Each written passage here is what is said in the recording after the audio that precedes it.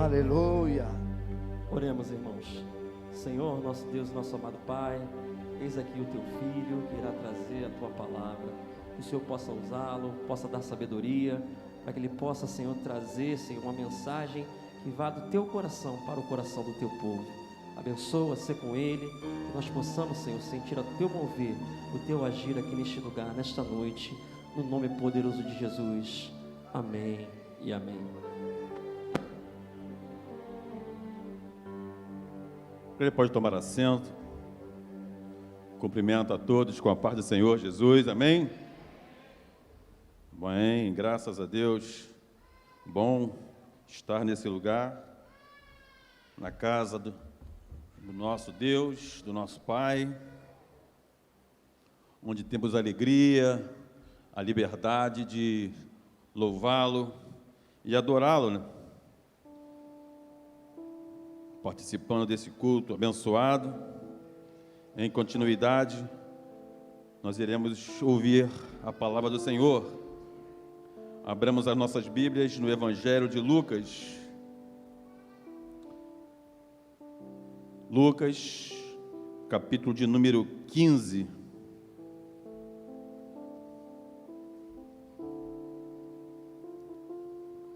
Eu vou ler alguns versículos salteados, a partir do versículo de número 4. Lucas, capítulo 15, versículo 4.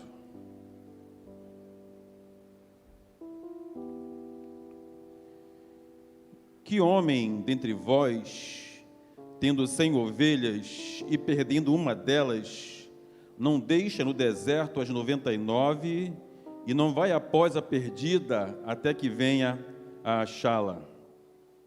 E achando-a, a põe sobre os seus ombros, cheio de júbilo.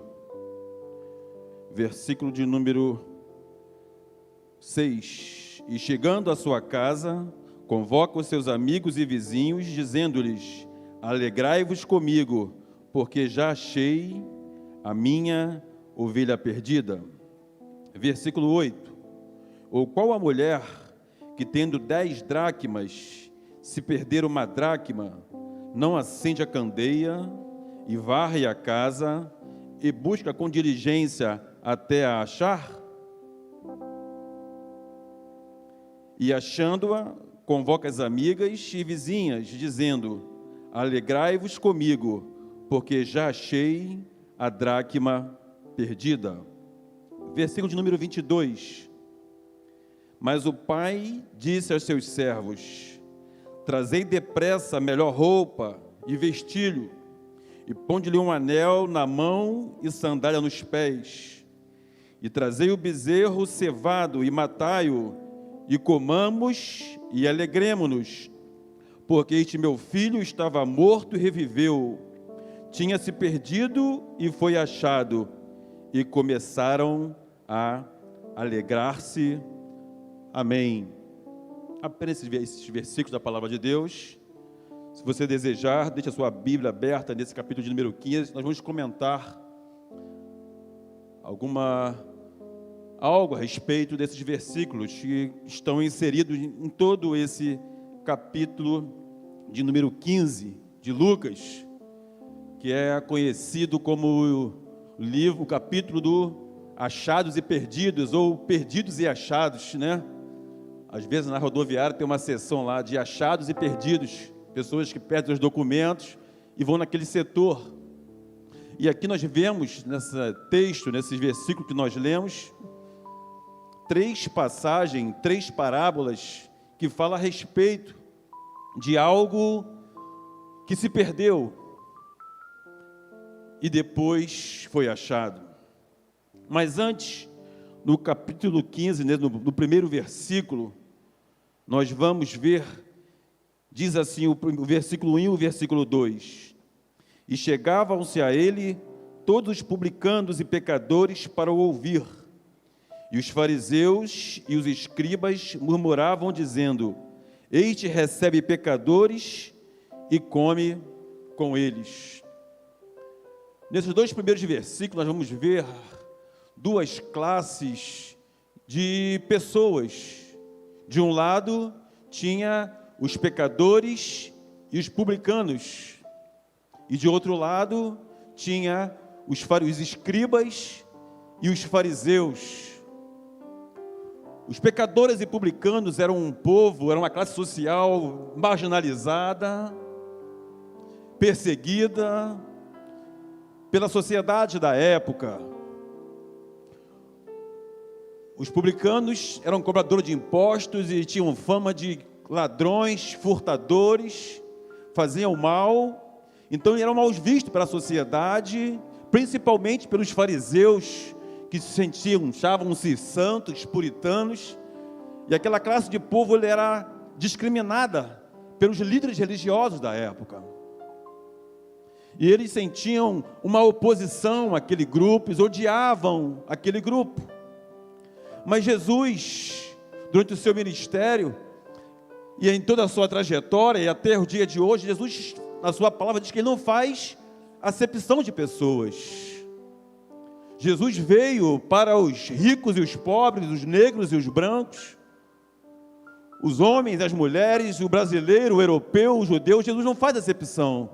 Ele diz que venha todos a Ele, e Ele recebe, e Ele trata, Ele salva, Ele perdoa, porque Ele é um Deus amoroso. Ele tem o amor, da essência dEle é o amor, e Ele ama todos indistintamente, incondicionalmente. Esse é o ministério de Jesus. Ele veio para isso, pregar o amor, a libertação, o perdão. E aquele grupo de escribas, eles tinham uma oposição, e Jesus recebe aqui, diz no primeiro versículo, que Jesus, vindo a eles, então isso era cotidiano. Jesus tinha fama e fazia, e realizava, e perdoava, libertava. Então aqueles pecadores, publicanos, procuravam a Jesus, porque Jesus tinha um discurso, ele tinha um amor, ele tinha uma palavra que satisfaziam aqueles. O ministério dele era pregar o amor, pregar a libertação. Não é diferente dos dias de hoje, da Igreja de Cristo. Nós continuamos pregando esse Evangelho, e Cristo, Ele ama a todos indistintamente, veio para todos. Vamos ver isso na sua palavra. E diz aqui o texto, que o 2 diz: e os fariseus murmuravam, dizendo: este recebe pecadores e come com eles. Na época, comer com eles, sentar à mesa, receber a mesa, então aquilo para eles era algo, para os escribas, para os fariseus, eles associavam receber a mesa, se alimentar. Eles viam que Jesus, na mesma pessoa, o caráter de Jesus fosse como aqueles pecadores republicanos. Ele igualavam Jesus àquelas pessoas com quem ele sentava, se alimentava. A imagem que eles faziam de Jesus era a mesma dos republicanos. Ele não conseguia entender que Jesus, a pregação de Jesus, o evangelho de Jesus era o amor, era trazer uma palavra, um estilo de vida, perdão para aquelas pessoas que tanto precisavam. Por isso que Jesus, ele recebia todos que vinham a ele, e vinha publicano, vinha pecador, vinha meretriz, vinha paralítico, quem que fosse vinha para ele, ele vinha, ele orava, ele abençoava, porque esse era o ministério dele. Aleluia! E eu louvo a Deus porque continua o mesmo. Essa igreja prega esse Jesus que cura, que salva, que liberta, que transforma, e um dia vai levar para ele o céu de glória. Louvado seja o nome do Senhor. Eles não conseguiam compreender o amor que Jesus demonstrava por aqueles pecadores, desprezados, rejeitados. Jesus apenas queria mudá-los. Vem pecador, vem meretriz, vem ladrão. Jesus queria pregar e, através da sua pregação, do seu evangelho, mudar o caráter, o estilo de vida, e fazer daqueles que o seguiam novos homens, novas mulheres, honrados para a sociedade. Louvado seja o nome do Senhor. Jesus tinha algo, uma condição de vida melhor para essas pessoas que procuravam. E esse amor que ele pregava, quanto mais ele pregava, mais ele atraía.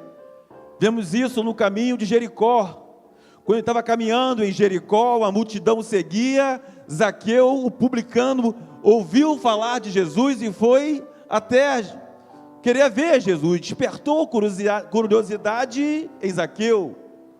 E diz o capítulo 19 de Lucas, Jesus ele sobe de uma figueira para ver Jesus, porque ele tinha baixa estatura, não conseguia ver, havia uma multidão. Jesus, vendo Zaqueu, mandou: Zaqueu, desce depressa, porque hoje me convém entrar na tua casa. Zaqueu, eu tenho uma palavra de amor, de transformação para a tua vida. Você é marginalizado, você é discriminado, mas hoje vou encontrar contigo e eu tenho um novo estilo de vida para você, Zaqueu. Aleluia! E no capítulo 19 diz que os escribas, os fariseus estavam naquela meio daquela multidão e começaram a murmurar: e Jesus vai entrar na casa de Zaqueu? Ele é publicano, ele é cobrador de imposto, ele é ladrão, ele vai entrar na casa de Zaqueu? Aí Jesus diz no versículo de número 10: eu vim para salvar os perdidos, aleluia. Eu não vim para os bons, eu não vim para os doentes que não precisam de médico, os sãos não precisam de médico. Eu vim buscar e salvar os que se haviam se perdido. Se você está se achando santo, puritano, se você não é pecador, pecador não precisa de salvador. Tem pessoas que se acham muito santas, muito puras. Olha, eu faço tudo bem, eu pago as minhas contas, eu sou casado, eu tenho uma mulher, eu não preciso de Jesus, eu faço tudo. Não, ele veio para todos os pecadores, aleluia. Se você não se achar como um pecador, você não tem direito a um salvador e não tem direito a morar no céu, aleluia. Ele veio para os doentes, aqueles que precisam de salvação, de libertação, de um novo estilo de vida. Esse era o sermão, essa era a pregação de Jesus, e continua sendo a nossa até o dia de hoje. Hoje Jesus está dizendo para você: Ele tem salvação para a tua vida, Ele tem salvação para a tua casa, Ele tem libertação. Eu não falo para você de que Ele tem bênção, não. Ele não tem riqueza, não. Ele tem salvação, tem libertação, tem mudança de vida. Ele é o mesmo, aleluia. Louvado seja o nome do Senhor. Os fariseus, eles não conseguiam perceber isso, eles tinham dificuldade de entender isso, mas Jesus não se importava. Ele tinha uma missão, ele tinha um ministério, e cada vez mais ele continuava pregando, e mais pecadores vinham, e ele pregava, e ele libertava, e ele perdoava, porque ele amava a todos, assim como ele ama a mim, ele ama você nessa noite, aleluia. Bendito seja o nome do Senhor.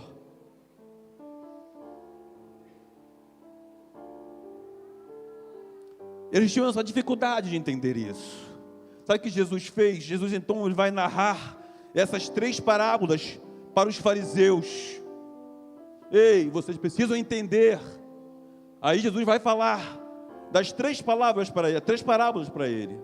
A primeira parábola fala da ovelha perdida, para ele conseguisse entender o amor que Jesus tinha. Ovelha perdida, dracma perdida e filho pródigo, filho que se perdeu também, perdido. Podemos assim entender na palavra. Nos 3 casos, aquilo que foi perdido ou estava perdido era considerado precioso para aquelas pessoas. A ovelha era preciosa para o pastor, a dracma era preciosa para aquela mulher, o filho era precioso para aquele pai, tinha um valor, tinha uma relevância, uma importância muito grande para eles. Valia a pena buscar, valia a pena procurar, porque era algo de valor significante para aquelas pessoas. E nessas 3 parábolas, a gente vai ver e lemos que eles se alegram depois que acham aquilo que eles já haviam perdido. Quando nós lemos essas 3 parábolas, nós vamos ver que estar perdido, nesse sentido aqui, é estar fora. Estar perdido significa estar do lado de fora.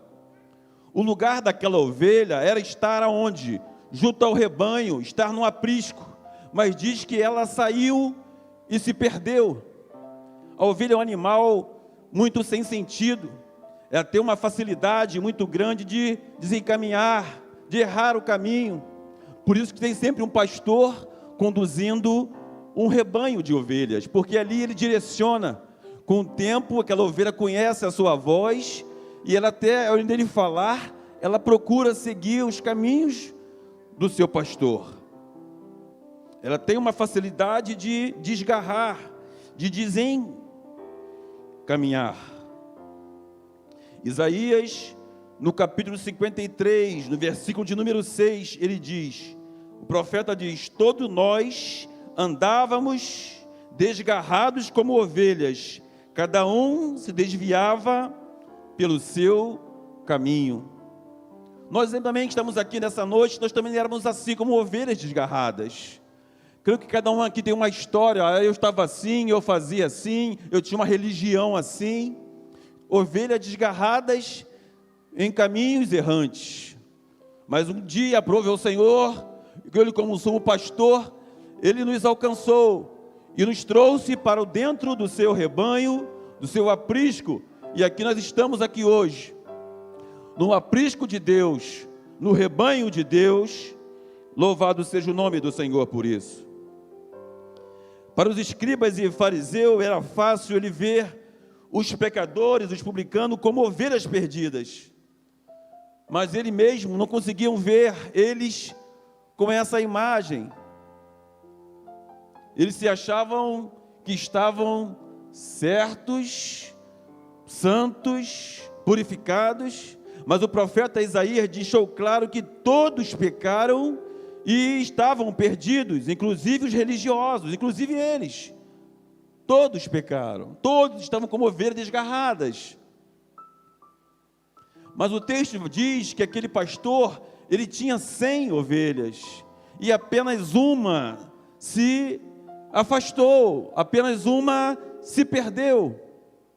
Mas a importância daquela ovelha era tão grande, que ele pega as 99, deixa com outros pastores para tomarem conta, e ele vai buscar aquela ovelha perdida, porque aquela ovelha tinha uma relevância, um significado importante para aquele pastor.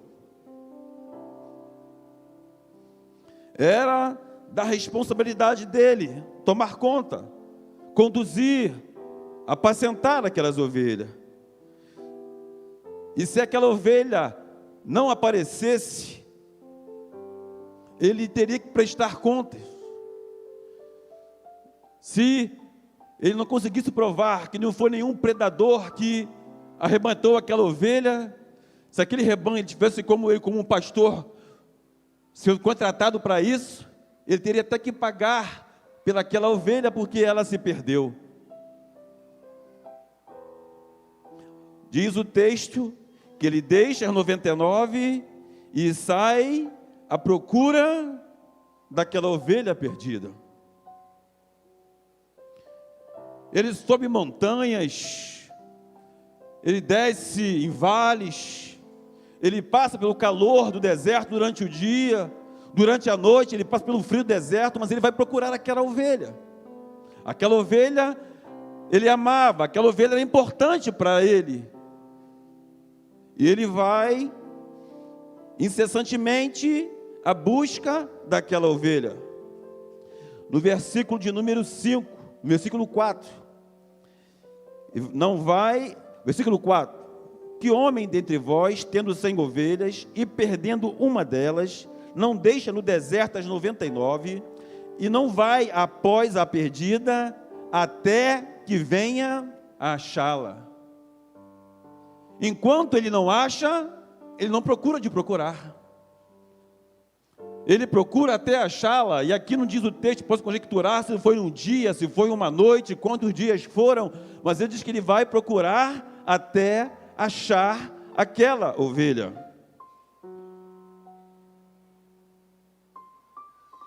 João, capítulo de número 10, versículo de número 11, Jesus, ele se apresenta como um pastor, o sumo pastor. E ele, nesse versículo 10, diz que eu sou o bom pastor, e o bom pastor dá a sua vida pelas ovelhas.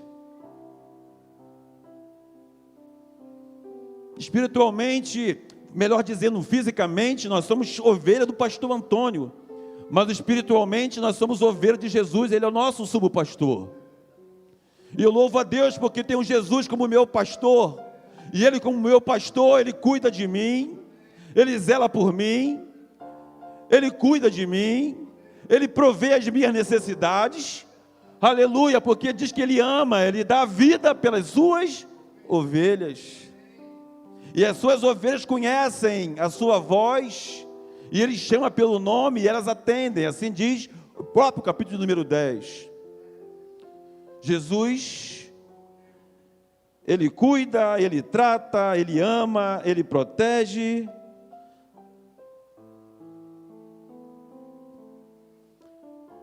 Eu falei que ovelha perdida significava ela estar fora do lugar, perdida, fora do lugar. Aquela ovelha estava fora do rebanho, estava fora do aprisco. Mas no versículo de número 5, aí ele diz, e achando-a, põe sobre os seus ombros, cheio de júbilo. Ele acha a ovelha que estava perdida, ele não espanca a ovelha, você, por que você saiu, por que você fugiu, assim que a gente faz com o cachorro, nosso gato, quando incomoda, a gente quer, você vai apanhar porque você fez isso, não é, Denise, com seus gatinhos? Gatinho, por que você fez isso? Você subiu aqui, você cachorro, você quebrou isso, você fez aquilo. Mas aqui o pastor, quando ele acha a ovelha, ele não maltrata a ovelha, diz que achando-a, ele põe sobre os seus ombros, cheio de alegria. Esse pastor aqui, ele não murmura, ele não reclama, falou, por você eu quase fui roubado, eu senti frio, eu senti fome, passei 3 dias subindo um morro, descendo um morro atrás de você, ovelha. Não, ele pega aquela ovelha, coloca nos seus ombros, pastor, aleluia, cheio de júbilo, cheio de alegria. Achei essa ovelhinha sem vergonha, fujona, perdida, está fora do rebanho. Mas diz que o texto que ele, cheio de júbilo, não sei quantos dias, o texto não fala se foram 3 dias, estava com fome, estava com sede, eu estava ferida, mas ele pega nos seus ombros e leva para a sua casa. O que diz? E achando-a, põe sobre os seus ombros, cheio de júbilo, e chegando à sua casa, convoca os amigos e vizinhos, dizendo-lhe, alegrai-vos comigo, porque já achei a minha ovelha perdida. Aleluia. Alegrai-vos comigo, porque já achei a minha ovelha perdida. Aquele pastor se sente realizado, feliz. Aquela ovelhinha que havia se perdido, saído do rebanho, agora ele acha, ele cuida, chegou a ferida, ele trata, dá um banho, limpa. Vamos conjecturar assim, ovelhinha, vem cá. Demonstra, esse pastor, ele demonstra amor por aquela ovelha. É o que Jesus está querendo dizer para aqueles escribas. Vocês condenam, descriminalizam. Eu pego esses pecadores aqui, eu perdoo eles, eu amo eles, eu transformo a vida deles. Eu vim para isso, pregar o reino de Deus. Escribas entendem isso. Os escribas não entendiam. Então Jesus está aqui explicando através de uma parábola, dando uma lição para aqueles escribas, aqueles fariseus.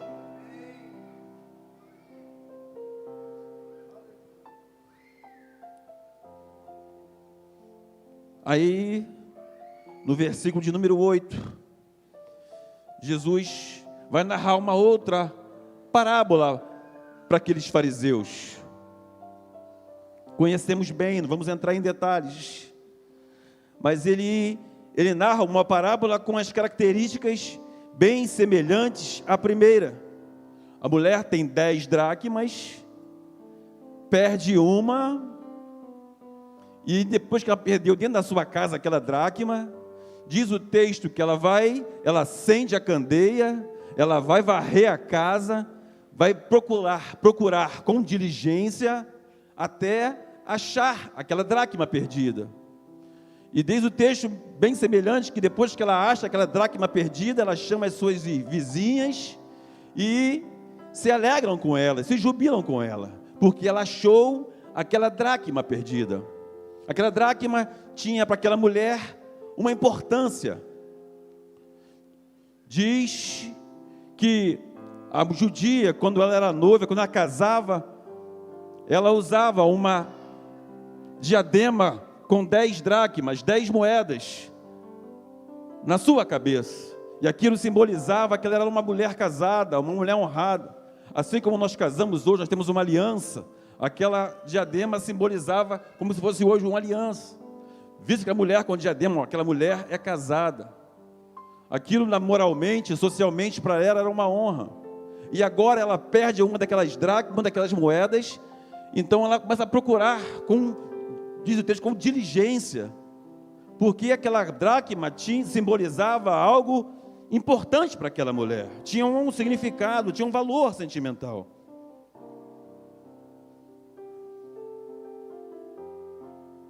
Ela vai procurar, acende a candeia, varre a casa, procura no quarto. Eu quero entender que a procura até, desde o mesmo sentido, o texto, como de ovelha. O qual a mulher, que tendo 10 dracmas, se perdeu uma dracma, não acende a candeia, varre a casa e busca com diligência até achar. Então ela procura no banheiro, não encontrou, ela vai na cozinha, não encontra, ela vai até achar. Ela acende a candeia e bota lá como se fosse uma lanterna hoje. Na época, as casas, pessoal aqui nesse contexto aqui, eram pessoas humildes, não tinham janelas na casa das Palestinas, apenas porta, pouca luminosidade. Então eles tinham candeias para acender, então ela acendia aquela candeia e ia procurando nos cômodos. E diz que havia poeira, a casa não tinha piso, pessoas humildes, casa de chão, e ela começa a varrer aquela casa para achar aquela dracma perdida. Com toda a veemência, ela vai até achar. No sentido espiritual, Jesus está hoje à procura daquele também que deseja ser achado por ele. Assim como aquele pastor procurou aquela ovelha, assim como aquela mulher procurou aquela dracma, Jesus hoje está à procura de cada um de nós. E essa procura que ele está, no sentido espiritual, ele está à procura principalmente daqueles que estão fora do lugar. Eu louvo a Deus porque nós, aqueles que já receberam Jesus como Salvador, ele já está dentro da comunhão, ele está dentro do rebanho. Mas aquele que está um momento fora, ou aquele que se afastou, Jesus se apresenta como aquele que procura, aquele que se afastou, aquele que está fora, ou aquele que se perdeu.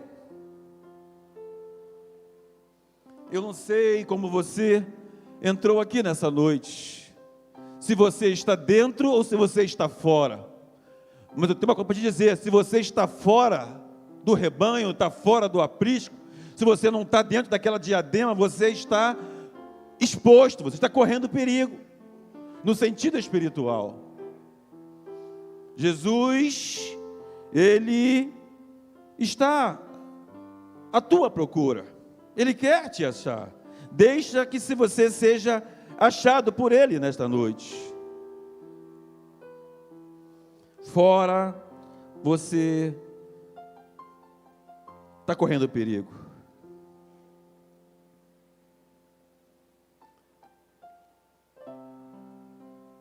Aí,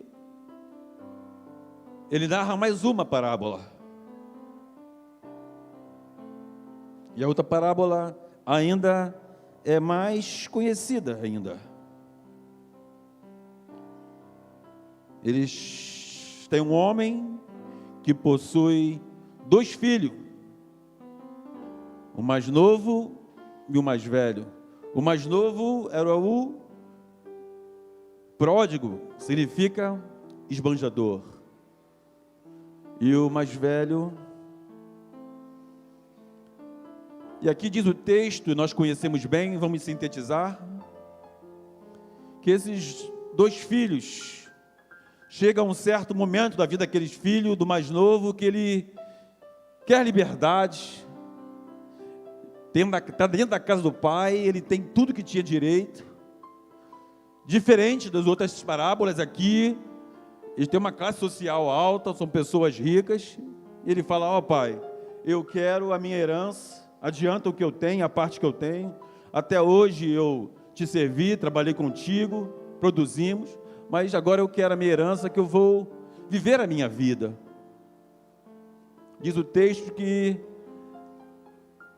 aquele homem, ele poderia até negar, mas ele atendeu aquele pedido do filho, e ali ele pegou a parte daquele filho e deu, e ele, aquele homem, aquele jovem, ele foi para uma terra longínqua, com dinheiro, foi aproveitar, entre aspas, os deleites do mundo, mulheres, amigos, farras, e com o passar do tempo, ele foi gastando toda a sua herança, gastando todo o seu dinheiro, e num determinado tempo, ele gastou tudo, e chegou fome naquele lugar. Agora ele não tem mais dinheiro, ele não tem mais amigos, ele não tem mais herança, perdeu-se tudo. Não tem trabalho, não tem emprego, não tem dinheiro e está destituído de tudo. Não tinha nada, não ganhava nada. Aí ele consegue um emprego de cuidar de porcos. Ele era judeu, o judeu não comia carne de porco, mas os judeus eles podiam criar, podiam negociar para os gentios o porco, mas eles não comiam. Mas para um judeu, socialmente, aquilo pela lei, era o pior emprego, cuidar de porcos. Mas ele não tinha, a condição dele, aquele era só cuidar de porcos. Ou cuidar de porcos, ou morrer de fome. Então ele cuidava dos porcos, e com a comida que alimentava os porcos, eles se alimentavam. A sua condição agora é degradante. Deixou a casa do pai, saiu para o mundo, para curtir o mundo, e agora ele perde tudo, está numa condição social deplorável. Mas diz o texto que, quando ele deixou a casa do pai em busca de liberdade, a gente vai ver que ele encontra, ao invés de liberdade, escravidão. Ao invés de abastança, privação, escassez. Aí no versículo de número 18, ele diz, 17, e caindo em si, disse, quantos trabalhadores de meu pai têm abundância de pão, e eu aqui pereço de fome. Levantar-me-ei e irei ter com meu pai, e dir-lhe-ei, pai, pequei contra o céu e perante ti, já não sou digno de ser chamado teu filho, faze-me como um dos teus trabalhadores. Ele tomou uma decisão, ele se arrependeu e tomou a decisão de retornar. Ele reconheceu que tudo que ele havia feito em deixar a casa do pai, ele havia agora a sua condição espiritual, moral, social. Ele analisa e vê, cai em si e reconhece que ele não deveria ter saído, que a casa do pai era o melhor lugar que ele deveria estar. Ele se arrepende e retorna para a casa do pai. Aí no versículo de número 21, 20, e levantando, ele foi para o seu pai.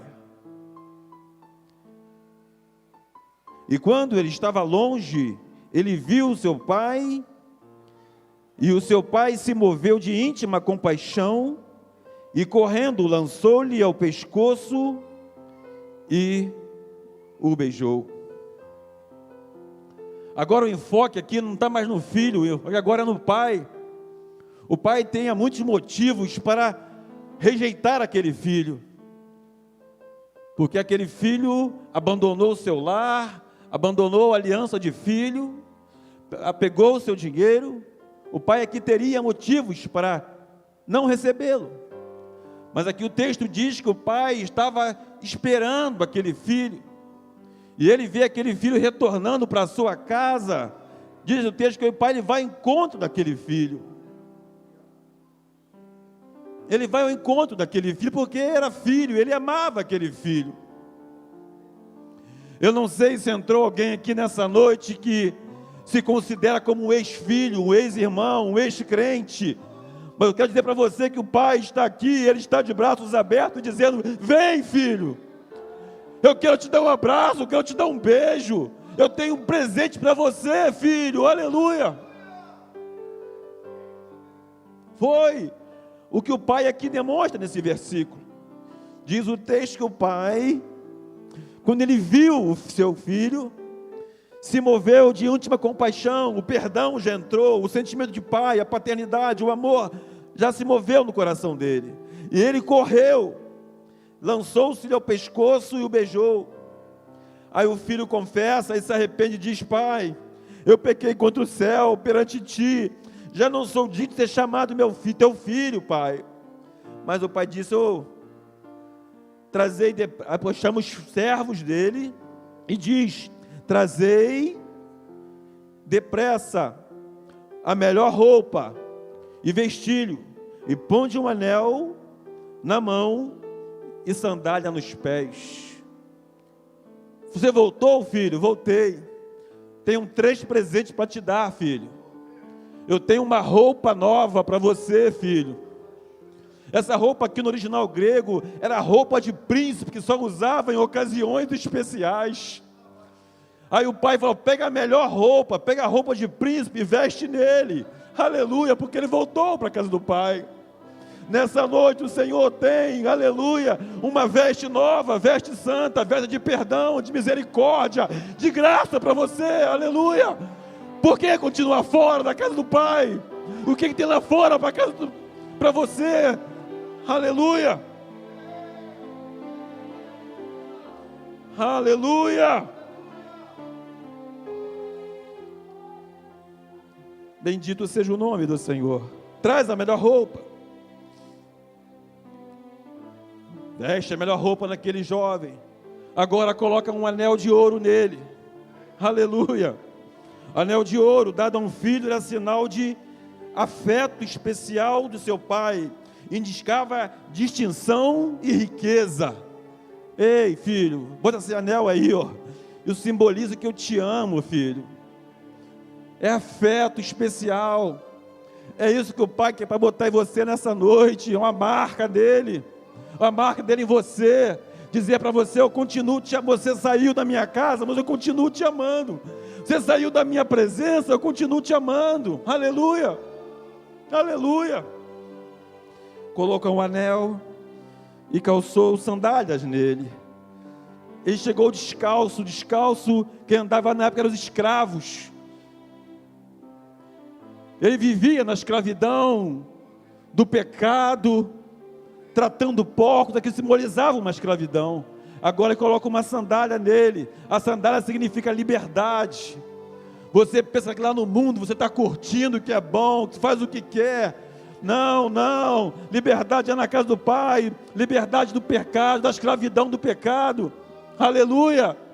É só aqui que você encontra, no braço do Pai. O Pai quer perdoar os teus pecados, quer escrever o teu nome no livro da vida. Aleluia. Quer renovar a sua aliança contigo nessa noite. Aleluia.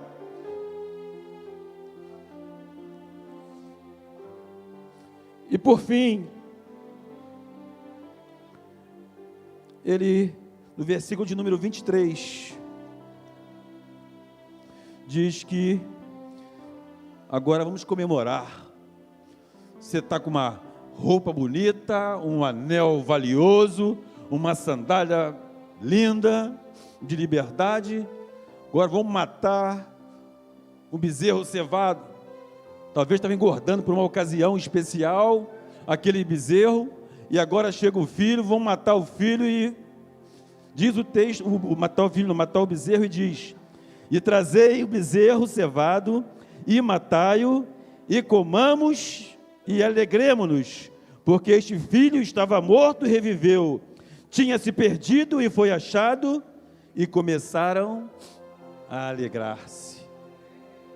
O pastor, quando ele acha a ovelha, ele se alegra e comemora. A mulher, quando acha a dracma, ela chama as mulheres, as vizinhas, se alegram e comemoram. E agora o filho volta, o pai mata um bezerro, comemora e se alegra. Diz os versículos desse texto que sempre há festa no céu, quando um pecador se converte, se reconcilia com Deus. E nessa noite, eu creio que vai haver festa no céu. Quando uma pessoa se converte, já percebeu que nós aplaudimos ao Senhor? Sabe por quê? Quando a pessoa volta para os caminhos do Senhor, nós aplaudimos. Sabe por quê? Isso é alegria. É alegria, porque assim diz assim o texto. Eles se alegravam porque aquela pessoa que estava perdida, estava fora, voltou, reconciliou. Aleluia. Eu quero crer nessa noite que não vai ser diferente. Nós vamos aplaudir ao Senhor pela tua vida, que você vai se reconciliar com Ele. Você vai voltar para a casa do Pai. O Pai quer te dar um abraço, quer te dar um beijo e dizer: filho, volta, filho, eu estou aqui. Eu quero ser o teu Pai espiritual. Aleluia.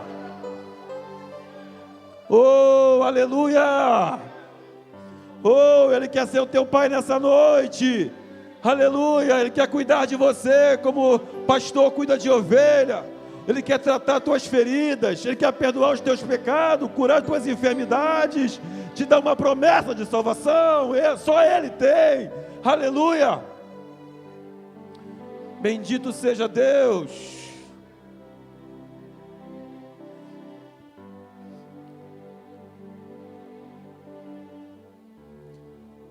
E no versículo 30 diz o texto que aquele filho volta. Já estou terminando. Quando aquele filho volta, o mais velho se sente indignado. O mais novo representa os pecadores e os publicanos. O mais velho aqui vai representar os escribas. Estou na casa do meu pai até hoje, trabalhei para ele o tempo todinho. Meu pai nunca me deu um cabrito. O meu filho vai, o meu irmão, nem fala meu irmão, ele fala teu filho. Teu filho sai, vai lá, gasta, faz e acontece. Quando ele volta, pai, você faz maior festa para ele. Estava se sentindo, eu estou aqui, estava me sentindo bonzão, o puritano. Ele simboliza aqui o fariseu, se sentindo o tal. E o mais novo simbolizava: pai, pequei mesmo, pequei contra ti, contra o céu. Ele se arrependeu, demonstrou arrependimento. É isso que o Senhor quer de você nessa noite, filho. Talvez você saiu dizendo: eu saí mesmo, eu estou curtindo lá, estou fazendo, não tem nada demais não. Não, filho, aleluia. Deus marcou o encontro contigo hoje, aleluia. Ele quer tratar contigo, aleluia. Ele quer perdoar os teus pecados. Bendito seja o nome do Senhor. As 3 parábolas terminam com festa e com alegria. O que estava fora do lugar voltou para o seu devido lugar. Não foi assim? A ovelha perdida voltou para o rebanho. A dracma perdida voltou para a diadema. O filho perdido voltou para a casa do pai. E houve festa nas 3 ocasiões. Nessa noite Deus quer fazer festa nesse lugar. Aqui é a casa do pai. Aleluia! Aleluia! Por que adiar? Não, vou dar um tempo, ainda não, ainda é muito cedo. Deixa para o ano que vem, deixa para o final dessa semana que vem. É hoje, filho. Você entrou aqui, nem sabia que seria essa pregação, nem eu sabia que você estaria aqui, precisava ouvir isso.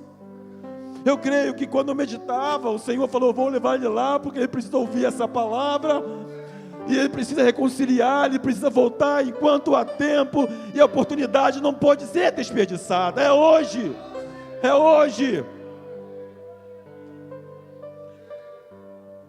O estava perdido, estava fora do lugar, voltou para o seu devido lugar, voltou para o melhor lugar, o lugar que nunca deveria ter saído.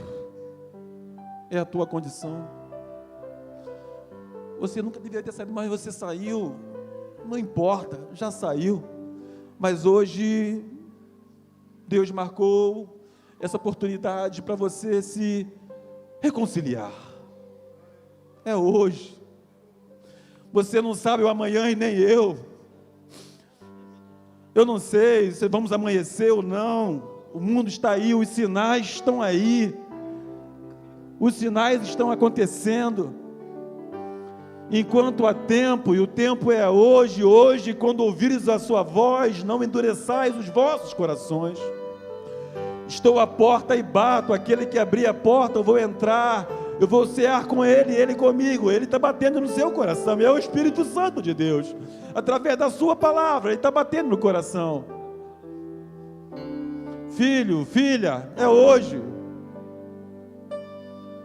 Onde está a primeira pessoa que se afastou? Não importa o motivo, é passado. Hoje, o Senhor te trouxe aqui, você quer se reconciliar com Ele. Eu te trouxe aqui para você tomar essa decisão, como aquele filho pródigo, e voltou para a casa do pai.